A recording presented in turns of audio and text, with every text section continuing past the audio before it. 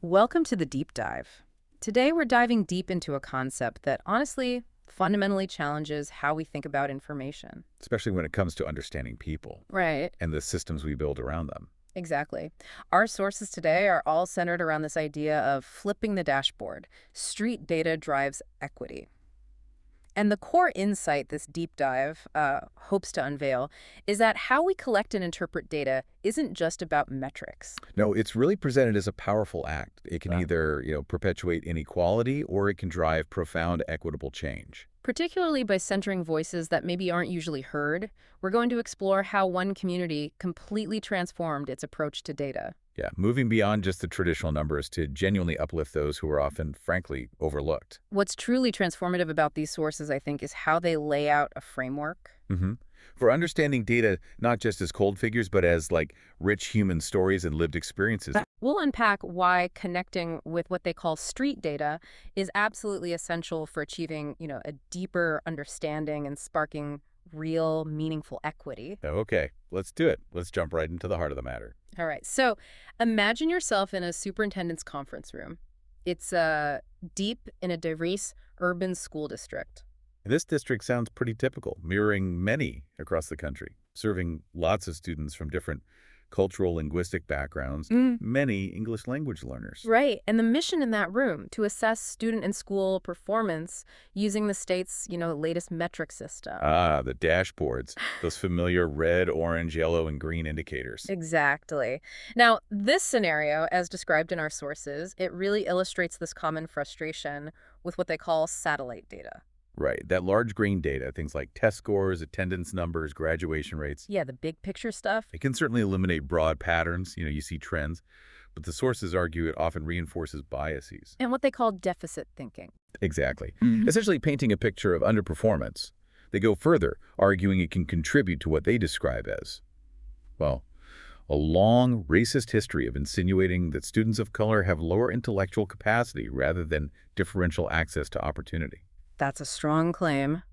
And then in the story, the conversation in that room took this really powerful turn. Mm-hmm. A Spanish-speaking mother asks, "Why are our children doing so poorly?" Oh, wow. An African-American mother chimes in, "What are we doing for our homeless students?" A veteran teacher just flat out says, "I don't trust this data." That said a lot.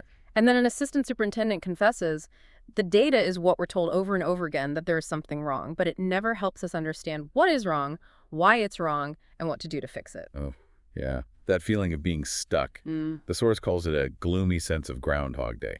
So the obvious question becomes, what happens when data lacks context, when it lacks human stories? Or, as the sources strongly advocate, an explicitly anti-racist lens? Well, the sources are pretty clear on their perspective here. They say this kind of data can reinforce that harmful idea about intellectual capacity Yeah. because it fails to account for critical factors. Like stereotype threat or just deep-seated systemic issues, right? Exactly. And they give an example. The traditional satellite data showed enrollment was down, test scores were down, graduation rates down. Meanwhile, chronic absenteeism and suspensions were up. Right. A pretty bleak picture from 30,000 feet. And this is the very frustration the sources are trying to address. Their answer lies in this profound shift in perspective, which they call choosing the margins. Choosing the margins. And describe it like a puzzle. You have these fundamental pieces: holism, awareness, agency, deep listening, coherence, vulnerability, symmetry, and something called a warm demander. A warm demander. What's that? Yeah, it refers to an educator who combines like really high expectations but also deep personal support. So not just demanding, but supportive too. Okay, got it. High expectations, high support. Right. And the sources argue that anti-racism is the critical sort of missing piece that fits perfectly and binds all these other qualities together. Huh. So this concept of choosing the margins is really central then. Absolutely. The sources explain that flipping the dashboard, shifting focus, is an act of anti-racism itself. And it requires courage and vulnerability. They quote Ibram X. Kendi, who says, "The heartbeat historically of racism has been denial. Anti-racism is confession, admission, acknowledgement, the willingness to be vulnerable." Powerful quote. It is. And it's about listening deeply, truly listening to students and families, especially, when their voices are hard to hear or maybe challenge our assumptions. And fundamentally inverting that traditional power pyramid, right? Exactly. So what does this actually look like in practice? I mean, choosing the margins. Well, the sources bring in Moody scholar Linda Tuhey-Smith. She sees the margin itself as a powerful symbol for understanding social inequality and power dynamics. Okay. And then there's Chicana writer Gloria Anzaldúa connecting this to the idea of the frontera or borderland. Right. And the point is, it's about recognizing that these margins, these borderlands, they aren't just sites of struggle. There are also, as the sources put it really beautifully, sites of deep cultural wealth and community wisdom. Yeah. It shifts the whole perspective. This approach moves us beyond just like blindly complying with mandates. Towards cultivating what? Like local human-centered judgment. Precisely. Using the wisdom that's already there, but often ignored. Okay, so to truly transform a system, the sources argue we need this completely new framework for how we even think about data. This is where they introduce the levels of data framework, and they contend that using the, quote, wrong data can actually further marginalize students. Okay, let's break down these levels because I found them really illuminating. Level 1, satellite data. Right. That's a broad, quantitative, large-grain stuff we've been talking about. Enrollment counts, test scores, grad rates. The big picture numbers. But the sources are quick to point out its huge limitations in revealing what's really happening on the ground. And how it can reinforce that deficit thinking we mentioned. Definitely. You know, a key takeaway here is this fascinating real-world example they use. Nokia, back in 2009. Oh, yeah, I remember reading that.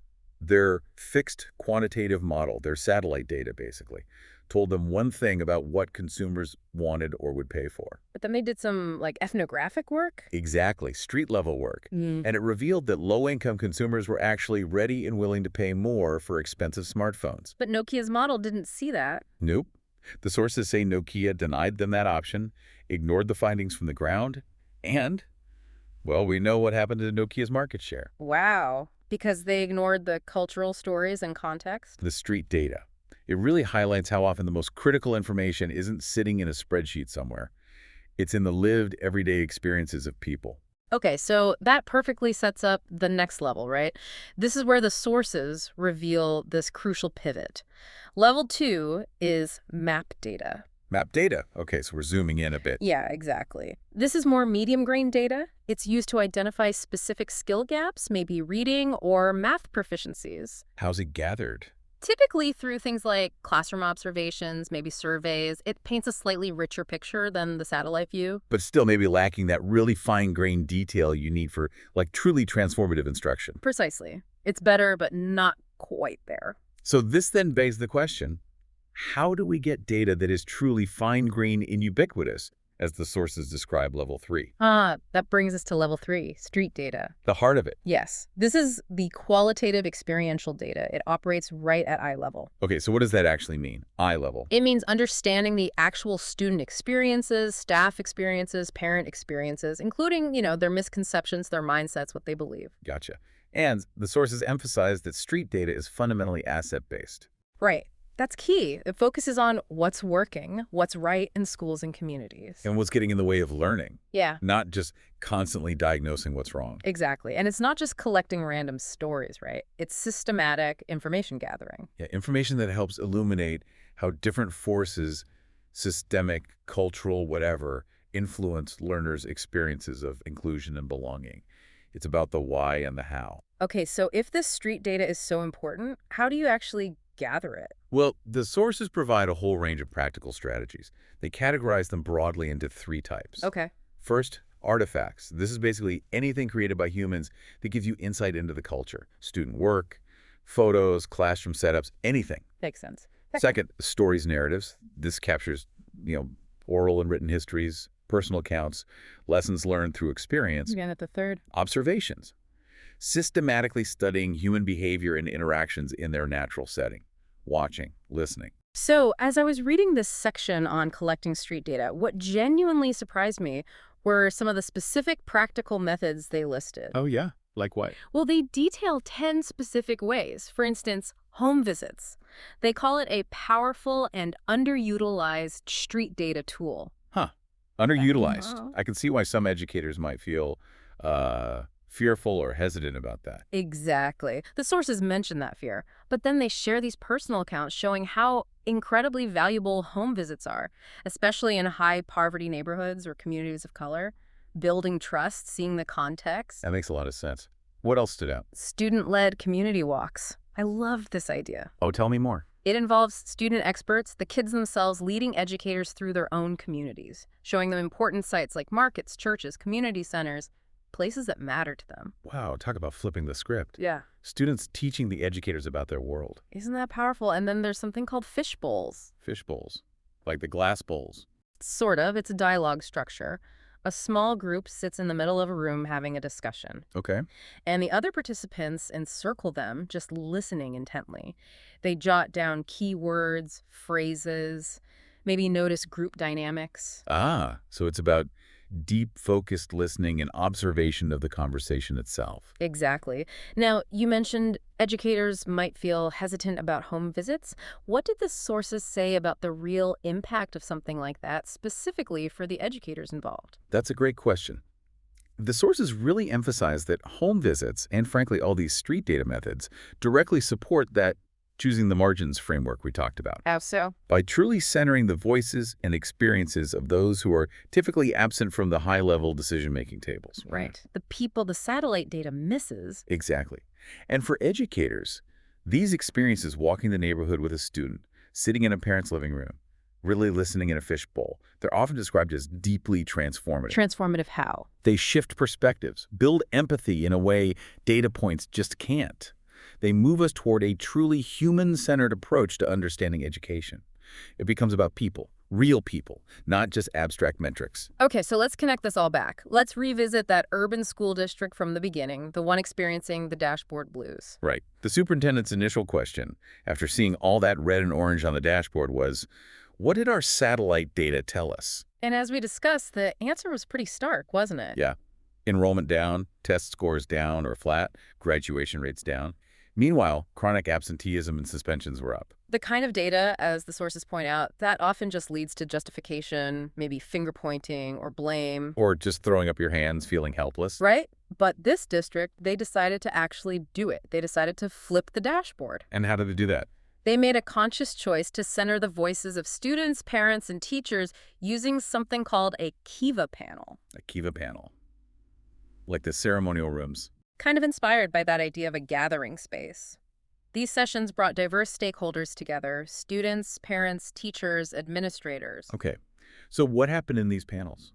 Well, initially, the raw data collected the stories, the experiences shared. It felt unadulterated, maybe even overwhelming or uncomfortable at first. I can imagine hearing things directly. But the perspective quickly shifted. The sources quote participants saying things like, wow, this was amazing, and it's time for us to put the issues we have behind us and move forward because this is really about the kids. We need to come together. That's a huge shift from looking at dashboard colors. Huge. Yeah. Which leads to the really important question.